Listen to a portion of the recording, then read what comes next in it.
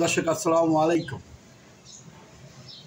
রোহিঙ্গা সমস্যার সমাধানে বিশ্ব নেতাদের কি আহ্বান জানালেন ডক্টর মোহাম্মদ ইউনূস?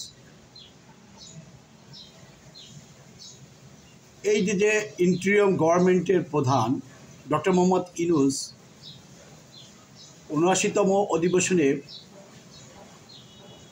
যুক্তরাষ্ট্রের নিউ ইয়র্কে গিয়ে জাতিসংঘের এই অধিবেশনে তিনি মিয়ানমার সংকটের মূল সমস্যার সমাধানের ব্যাপারে কি কথা বলেছেন, চলুন সেই বিষয়গুলো আলোচনা করি।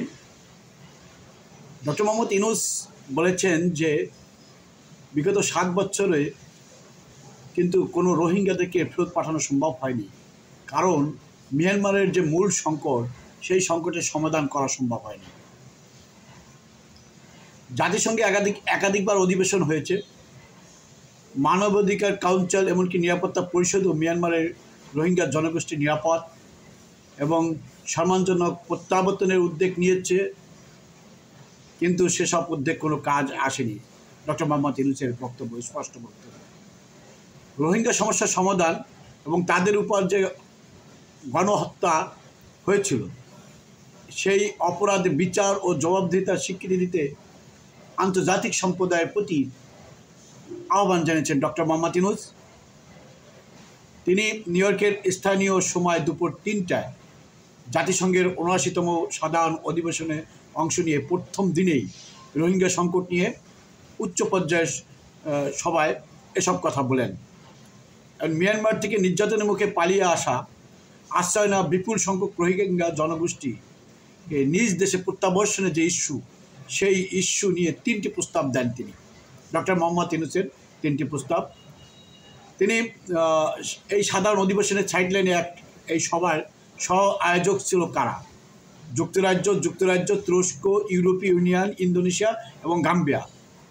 বহুপাক্ষিক এই সভায় কিনোট স্পিকার হিসেবে নিজ বক্তব্যে 3টি প্রস্তাব তুলে ধরেছেন ডক্টর মোহাম্মদ ইউনূস।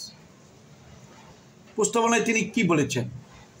জাতিসংঘের মহাসচিব রোহিঙ্গা সংকট মোকাবিলায় সব অংশীদার নিয়ে দ্রুততম সময়ে কনফারেন্স আয়োজন এবং কনফারেন্সের সার্বিক পরিস্থিতি মূল্যায়ন করে সৃজনশীল এবং অগ্রবর্তী পন্থা নির্ধারণ। দ্বিতীয় সেটা হচ্ছে জাতিসংঘ এবং বাংলাদেশের মধ্যকার জয়েন্ট রেসপন্স প্ল্যান আরও বেগবান করতে হবে এবং সর্বশেষ রোহিঙ্গা সম্প্রদায়ের উপর গণহত্যার মতো অপরাধ বিচার ও জবাবদিহিতাকে আন্তর্জাতিক সম্প্রদায়ের সমর্থন করতে হবে।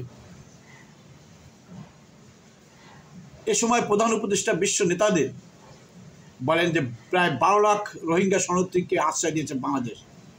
প্রতি বছর 32,000 নতুন শিশু জন্ম নিচ্ছে, বাংলাদেশের জনসংখ্যার সাথে এরা যুক্ত হয়ে যাচ্ছে। বিগত 2 মাসেই নতুন করে আরও 20,000 শরণার্থী বাংলাদেশে প্রবেশ করেছে মিয়ানমার থেকে। এই যে শরণার্থীদের প্রতি সহানুভূতিশীল হওয়ার পাশাপাশি এই সংকট বাংলাদেশের জন্য সামাজিক, অর্থনৈতিক এবং পরিবেশগতভাবে হুমকি হয়ে দাঁড়াচ্ছে। বিষয়টি প্রথাগত এবং অপ্রথাগত যে নিরাপত্তা, সেইগুলোর সংকটের জন্ম দিয়েছে। রোহিঙ্গা সংকট থমকে আছে বাংলাদেশের নিজস্ব উন্নয়ন লক্ষ্যমাত্রা। বাংলাদেশ তার সক্ষমতা চূড়ান্তে পৌঁছাতে পারত। রোহিঙ্গা শরণার্থী শিবিরের যুবকদের সংখ্যা বৃদ্ধি পুরো বিষয় নিরাপত্তা ঝুঁকির নতুন স্তর যোগ করেছে। মিয়ানমারে একটি আন্তর্জাতিক সমাজ ব্যবস্থা গড়ে তুলতে হবে, যেখানে সব সম্প্রদায়ের জনগণ শান্তিতে বসবাস করতে পারবে। মিয়ানমারের মধ্যে রোহিঙ্গা শরণার্থীদের অধিকার, মর্যাদা এবং নিরাপত্তা নিয়ে অংশীদারদের সাথে একত্রে কাজ করার অঙ্গীকার ব্যক্ত করেন এবং ডক্টর মোহাম্মদ ইউনূস বাংলাদেশের প্রতিশ্রুতি পুনর্ব্যক্ত করেন এবং রাজনৈতিক সমাধানের মাধ্যমে রোহিঙ্গা সংকট উত্তরণের আহ্বান জানান তিনি বিশ্ব নেতৃবৃন্দের প্রতি। এবার দেখা যাক বিশ্ব নেতৃবৃন্দ এর আলোকে কি পদক্ষেপ গ্রহণ করে রোহিঙ্গাদের ব্যাপারে। বিদায় নিচ্ছি বন্ধুরা, দেখা হবে পরবর্তী।